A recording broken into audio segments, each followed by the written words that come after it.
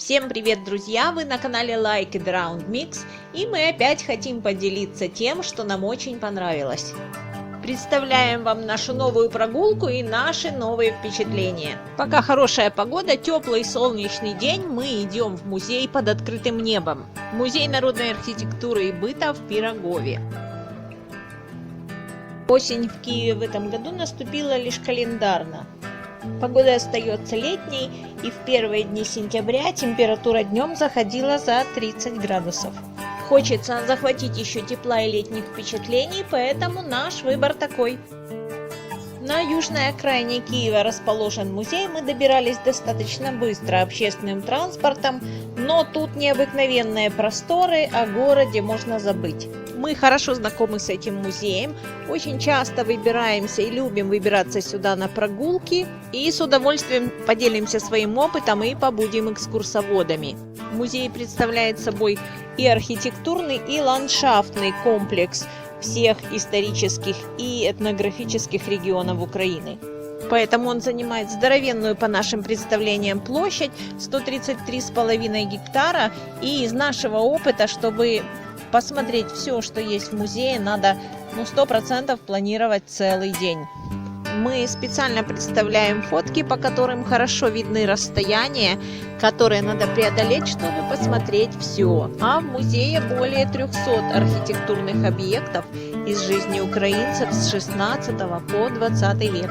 Можно посмотреть жилые дома того времени, которые называются хатами. Временные или сезонные жилища – это курени и колыбы, различные хозяйственные постройки, а еще действующие церкви, храмы, школу, дом сельской управы, корчму и, конечно, ветряные мельницы. Со всей Украины свозились сюда исторические постройки и предметы того времени и восстанавливались с документальной достоверностью. Так что прогулку здесь можно смело считать путешествием во времени. Ну что, идем? Мы идем пешком, чтобы быть в духе времени, но вполне можно арендовать на прогулку велосипед. Кроме среды, ежедневно работает музей с 10 утра до 18 до 6 вечера. И вот новинка. Экскурсионный паровозик провезет вас по территории за дополнительную оплату. Сразу на входе встречают эффектные экспонаты музея вид реки. И дальше можно выбирать направление, куда двигаться, в какой регион Украины интереснее попасть сначала. Мы выбрали Среднее Приднепровье, потому что там находится школа в начале учебного года, это как раз близкая нам тема. Наша дорога прямо, пройдемся еще по Сельской улице, посмотрим разные подворья, пасеку, и здесь должна быть хата с открытым входом, мы обязательно ее снимем, там внутри очень интересно. Но погода летняя, все дворы в цветах, и поэтому еще прогулка получается и очень красивой. Да, еще нужно рассказать, что территория музея поделена на 8 секторов. Это Средняя Надднепрянщина, Полтавщина и Слобожанщина, Полесье, Подолье, Карпаты, Юг Украины и центральная композиция Мельницы. Еще один сектор – это украинское социалистическое село, 60-е и 70-е годы 20 века, но туда мы еще ни разу не добирались. А пока мы территориально бродим в Черкасской области, и сейчас посмотрим пасеку.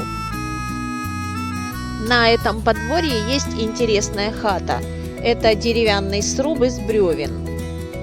Характерное обустройство. Одно жилое помещение, и к нему примыкают вспомогательные.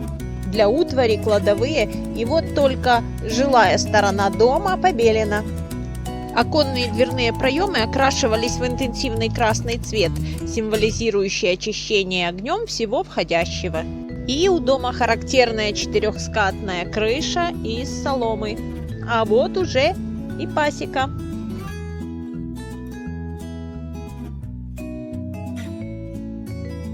Очень прикольные соломенные шапки крыши у деревянных уликов. Любят на их фоне фотографироваться. И возле хаты традиционно фруктовый сад и красивые кусты калины. А мы спешим в соседнюю хату, она открыта для посещений. Это хата-мазанка, от прошлой отличается каркасным устройством с заполнением глиной с соломой. Троечка фиксируется при строительстве, по вертикали хата делится на 3 части, заваленка, стены и крыша. На фасадной стене 3 отверстия, 2 окна и дверь. И 3 окна должно быть в жилой комнате. Особенная деталь крыши – дармовиз. Это длинное выступление над боковой стеной, под которым хранили утварь и даже повозки. Ну все, идем внутрь. Здесь типичное устройство. К одному жилому примыкает вспомогательное помещение. Все необходимое для жизни – мебель, домашняя утварь, хозинвентарь, изготовленный из дерева. Очень любопытно, заглядываем во все уголки здесь и мысленно сравниваем с современными интерьерами. Ну, здесь рационализм побеждает, и все возле печки. Кухня, спальня, столовая, гостиная, детская – все в одном помещении. Порядочим немножко увиденное. Типологическое единство интерьера. Печь всегда занимала внутренний угол дома с одной стороны от входной двери и была обращена отверстием к фасадной стене, в которой были окна. По диагонали от печи устраивали парадный угол. Здесь размещали иконы, украшенные ткаными или вышитыми полотенцами, и перед ними вешалась лампада. Под иконами вдоль боковой стены ставили стол. У стола под тыльной стеной размещали длинную деревянную скамью, а сбоку от стола обычно находился сундук. На задней стене окон не было, и пространство между печью и боковой стеной заполнялось деревянным настилом. Он был на столбиках и поднят на уровень лежанки печи. Днем он использовался для домашних работ, а ночью это была кровать, спальное место. Еще одна мебель – это 1-2 жерди над спальным местом. Она использовалась как вешалка для сушки одежды. И, конечно, сушеные травы и чеснок всегда присутствовали, а это был и оберег, и возможное лекарство. Вдоль главной и боковой стен наглухо устанавливали скамьи, а на праздники их украшали домотканым самодельным рядном.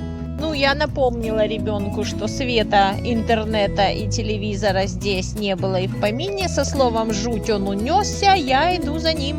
И дальше у нас приятная неожиданность на соседнем подворье работы народных мастеров. Очень красивые плетеные изделия из высушенных листьев кукурузы. Можно получить мастер-класс по их плетению, можно купить.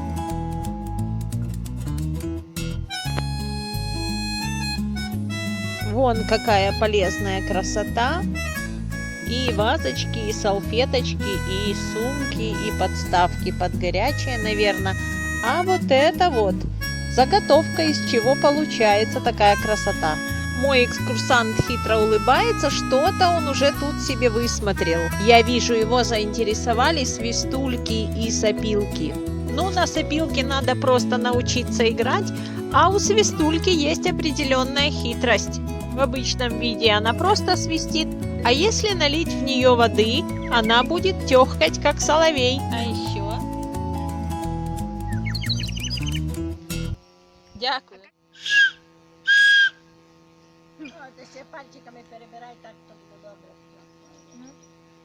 Подожди.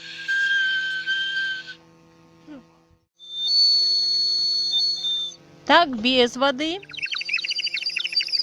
А с водой прям соловей. Ну все, до конца прогулки концерт обеспечен. А вот мы подошли к соседнему двору с исторической хатой. Она привезена из села Шевченково Черкасской области и относится к середине 19 века. И по рассказам принадлежала внуку Тараса Григорьевича Шевченко по брату Никите. Она сегодня закрыта, но через окошко можно заглянуть, посмотреть на обустройство внутри. И долго смотреть не будем, потому что впереди прекрасная музыка слышна.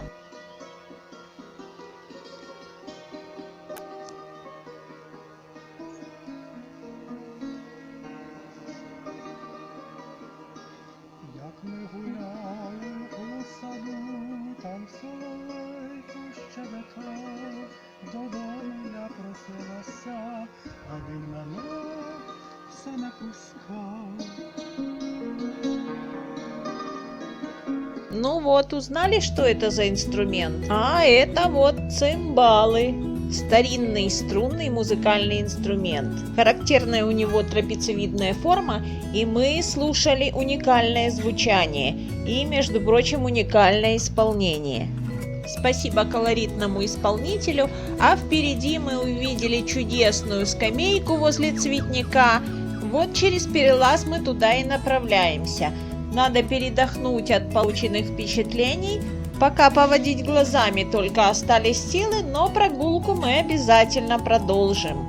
Нашей же целью была выбрана школа, а она еще впереди. И мы обязательно продолжим нашу экскурсию в следующем видео. Оставайтесь с нами, подписывайтесь на наш канал. Если понравилось видео, поддержите нас лайком. А на более ранние наши экскурсии сюда ссылочка будет в описании под видео. Всем пока-пока!